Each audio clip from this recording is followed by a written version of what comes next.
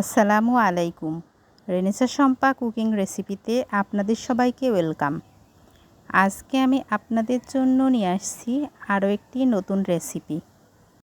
আজকে আপনাদের সাথে শেয়ার করব পাতিহাঁসের মাংসের ভুনা। পাতিহাঁসের মাংস ভুনা করার জন্য আমি এখানে একটা পাতিহাঁস জবাই দিয়ে কেটে ধুয়ে পরিষ্কার করে নিয়েছি।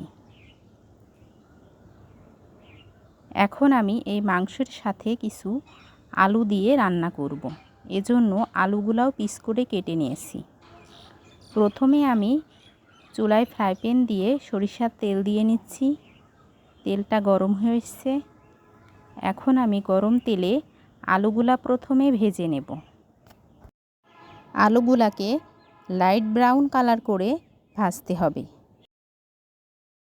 আলুগুলাকে লাইট ব্রাউন কালার করে ভেজে নিলাম। মাংস রান্নার জন্য আমি যে মশলা নিয়েছি, দারচিনি এবং এলাচ পেস্ট করে নিয়েছি, রসুন পেস্ট, আদা পেস্ট, পেঁয়াজ পেস্ট, ধনিয়া পেস্ট এবং জিরা পেস্ট। এখন আমি হাঁসের মাংসগুলোতে সামান্য আদা পেস্ট এবং সামান্য রসুন পেস্ট সাথে লেবুর রস দিয়ে এটাকে হাতের সাহায্যে খুব ভালো করে মাখিয়ে 10 মিনিটের জন্য রেস্টে রেখে দেব। পাতিহাঁসের মাংসে এগুলো দেওয়ার কারণে মাংসের যে একটা গন্ধ সেটা কিন্তু আর লাগে না। 10 মিনিটের জন্য রেস্টে রাখব। ফিরে আসলাম 10 মিনিট পর। কড়াইয়ে সরিষার তেল দিয়ে নিচ্ছি। তেল গরম হয়ে এসেছে। প্রথমে তেজপাতা দিয়ে নিলাম, তারপর 1 কাপ পরিমাণ পেঁয়াজ কুচি। পেঁয়াজটা নরম হয়ে আসা পর্যন্ত ভেজে নেব। পেঁয়াজগুলা ভেজে নিলাম। এখন 1 টেবিল চামচ পেঁয়াজ পেস্ট, 1 টেবিল চামচ রসুন পেস্ট, 1 টেবিল চামচ ধনিয়া পেস্ট, 1 টেবিল চামচ জিরা পেস্ট, 1 টেবিল চামচ এলাচ এবং দারচিনি পেস্ট, 1 টেবিল চামচ আদা পেস্ট। সামান্য একটু পানি দিয়ে নিচ্ছি যাতে মশলাটা পুড়ে না যায়। মশলা বাটার পর শিলপাটা ধুয়ে এই পানিটা আমি রেখে দিয়েছিলাম, সেটা দিয়ে নিলাম। স্বাদ মতো লবণ, 1 চা চামচ হলুদ গুঁড়া, 1 চা চামচ মরিচের গুঁড়া। মশলাটাকে খুব ভালোভাবে এবার কষিয়ে নেব। ততক্ষণ সঙ্গে থাকুন,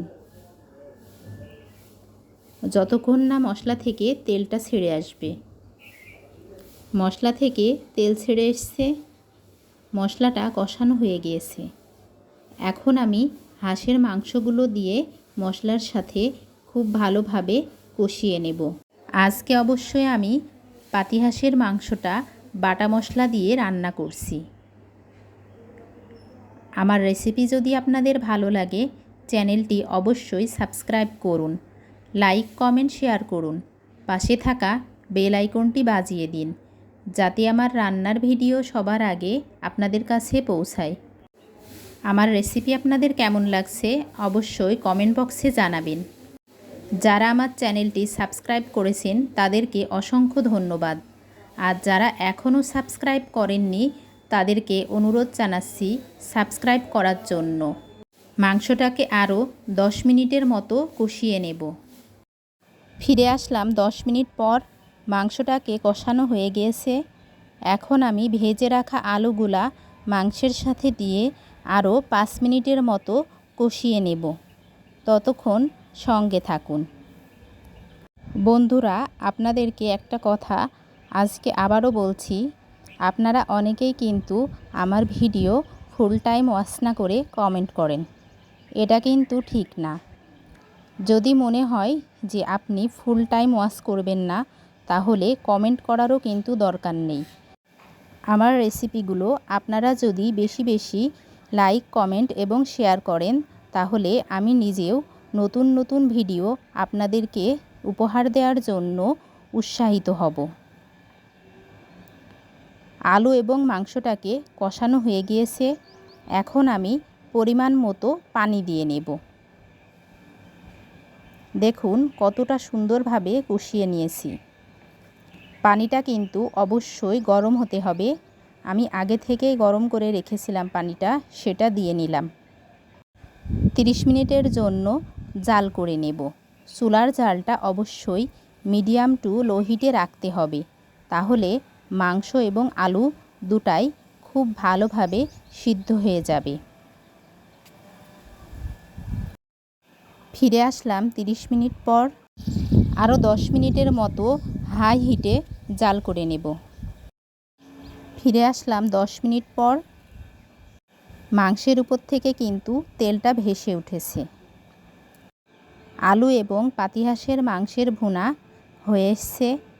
এখন আমি চুলা থেকে নামিয়ে নেব। কালারটা কিন্তু খুবই দারুণ এসছে। আমি সবসময় চেষ্টা করি আপনাদেরকে নতুন নতুন রেসিপি দেখানোর জন্য। আপনারা যদি পাশে থাকেন অবশ্যই নতুন নতুন রেসিপি আপনাদের মাঝে শেয়ার করতে পারবো। আজকের মাংস রান্নাটা অবশ্যই খিচুড়ি দিয়ে খাওয়া হবে। খিচুড়ি দিয়ে হাঁসের মাংস খেতে কিন্তু খুবই টেস্টি লাগে। আমার রেসিপি ফলো করে আপনারা অবশ্যই একদিন হলেও ট্রাই করুন। আশা করি আপনাদেরও অনেক ভালো লাগবে। আসসালামু আলাইকুম। ভালো থাকবেন সবাই। আল্লাহ হাফেজ।